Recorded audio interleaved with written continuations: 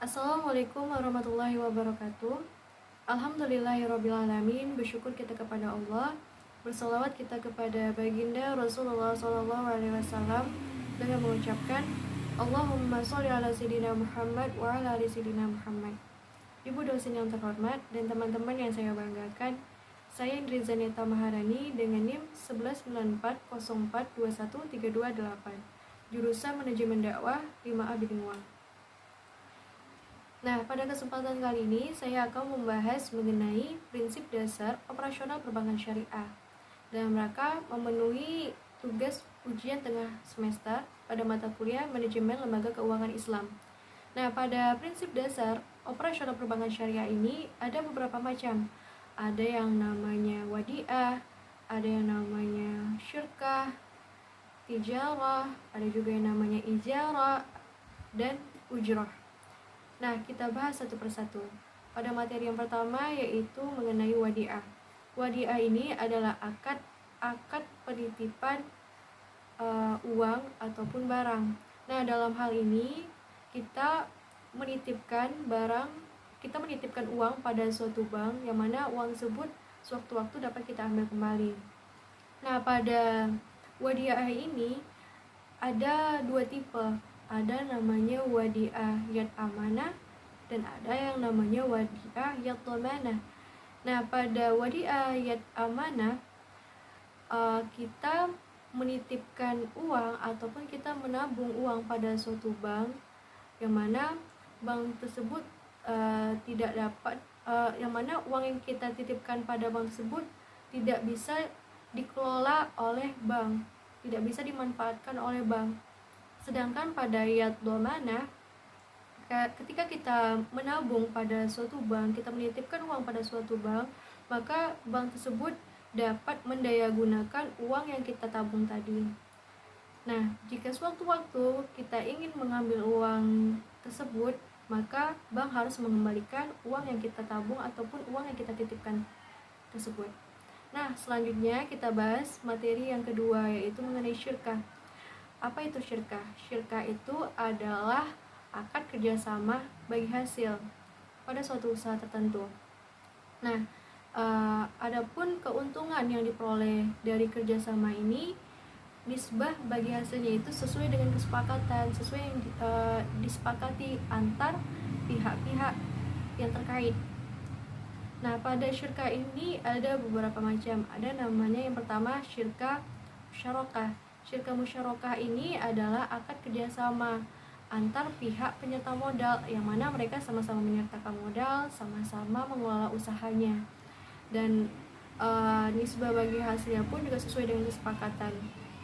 Dan jika ada kerugian dalam kerjasama ini pada syirkah musyarakah ini, maka kerugian ini ditanggung bersama-sama. Sebagai contoh, A dan B bekerjasama pada suatu proyek tertentu, yang mana harga proyek itu kisaran 250 juta.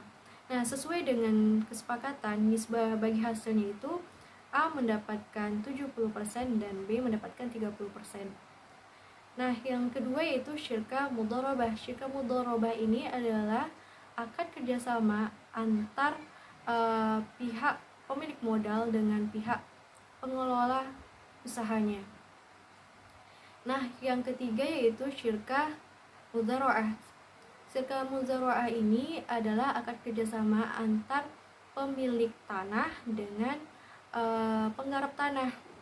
Nah, pada syirkah mudzaro'ah ini bibitnya dari pemilik tanah. Beda halnya pada syirkah mukharabah, bibitnya ini dari penggarap tanahnya. Sebagai contoh, pada syirkah mudzaro'ah sesuai dengan kesepakatan nisbah bagi hasilnya, pemilik tanah mendapatkan 2/3 keuntungan dan penggarap tanahnya mendapatkan 1/3-nya. Seperti itu contohnya.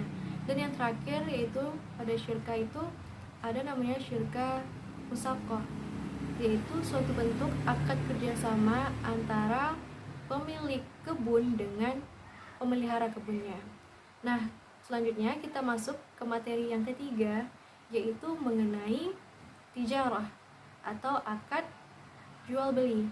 Nah, pada akad jual beli ini ada beberapa macam, yaitu yang pertama ada namanya murabahah. Murabahah ini adalah akad jual beli yang mana harus dijelaskan nih kepada nasabahnya mengenai berapa keuntungan yang diambil oleh pihak bank, berapa harga pokoknya, berapa harga jualnya gitu. Nah, yang kedua ada namanya akad salam. Akad salam ini adalah akad jual beli yang mana barangnya ditangguhkan, diberi belakangan, dan pembayarannya harus dibayar full di depan, harus dibayar di awal transaksi. Dan yang ketiga ada namanya akad istisna.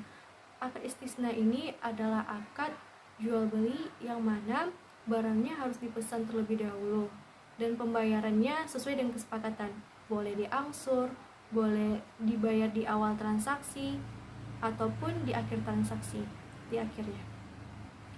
Nah, yang pada materi yang keempat yaitu mengenai ijarah. Ijarah ini adalah akad sewa menyewa. Ijarah ini pun ada dua tipe. Ada yang namanya ijarah mutlaqah dan ada yang namanya ijarah muntahiyyah bitamlik atau IMBT. Nah, ijarah mutlaqah ini adalah sewa menyewa yang mana barangnya atau produknya harus dikembalikan lagi, sedangkan pada IMBT atau ijarah muntahiyyah bitamlik ini pihak penyewa pada akhir penyewaan dia memiliki opsi nih atas kepemilikan barang yang disewakan tadi. Nah, yang terakhir, materi yang terakhir mengenai ujroh. Ujroh ini adalah imbalan atau upah atas jasa.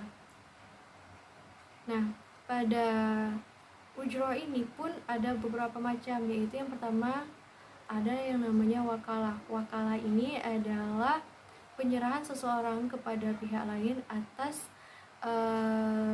agar ia dapat menggantikan posisinya dalam hal-hal yang dapat diwakilkan. Dia menjadi wakil terhadap suatu pada suatu kegiatan tertentu. Nah, yang kedua ada yang namanya kafalah. Kafalah ini adalah jaminan, yang mana ada pihak tertentu yang menjamin kepada pihak lain atas memberikan jaminan kepada pihak lain atas seseorang yang ditanggungnya. Nah, dalam hal ini pihak ketigalah yang menjadi yang memberi jaminan.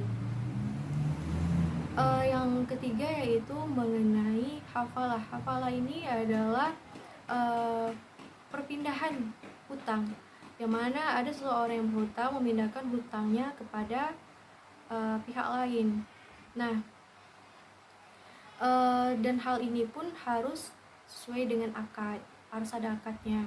Nah, yang keempat yaitu mengenai rohan. Rohan atau gadai.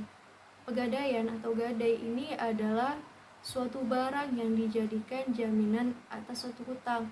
Nah, jika sewaktu-waktu hutang tersebut tidak dapat dibayar, maka barang yang digadaikan inilah yang akan menjadi pengganti pembayarannya. Nah, yang terakhir kita membahas mengenai qodratul hasan. Qodratul hasan ini adalah pembiayaan dana, pinjaman dana tanpa adanya bunga. Demikianlah yang dapat saya sampaikan mengenai prinsip dasar operasional perbankan syariah. Jika ada salah kata mohon dimaafkan. Terima kasih. Wassalamualaikum warahmatullahi wabarakatuh.